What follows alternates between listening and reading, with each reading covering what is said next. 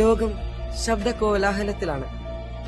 എല്ലാ നിമിഷവും നമ്മൾ എന്തെങ്കിലും സംസാരിക്കാനോ ശ്രദ്ധിക്കാനോ ആഗ്രഹിക്കുന്നു. എന്നാൽ ദൈവത്തിന്റെ സന്ദേശം കേട്ടതിനു ശേഷം സക്കറിയാക്ക് എന്ത് സംഭവിച്ചു? അദ്ദേഹം നിശബ്ദനായി.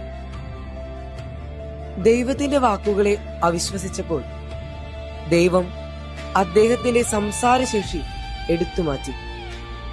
സംസാരിക്കാൻ കഴിയാതെ പോയ ആ മാസങ്ങളിൽ സക്കറിയ എന്തായിരിക്കും പഠിച്ചത്?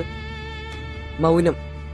അതാണ് പ്രാർത്ഥനയുടെ ആദ്യ രൂപം.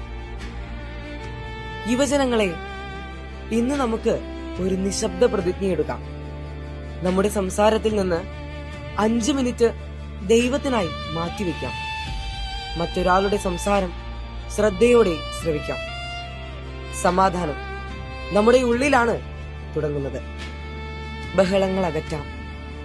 ക്രിസ്തുവിന്റെ ശബ്ദം കേൾക്കുവാൻ നമ്മുടെ ഹൃദയത്തെ നിശബ്ദമാക്കാം. നിശബ്ദതയാണ് ക്രിസ്തുവിന്റെ വരവിനായി ഹൃദയം ഒരുക്കുന്നത്.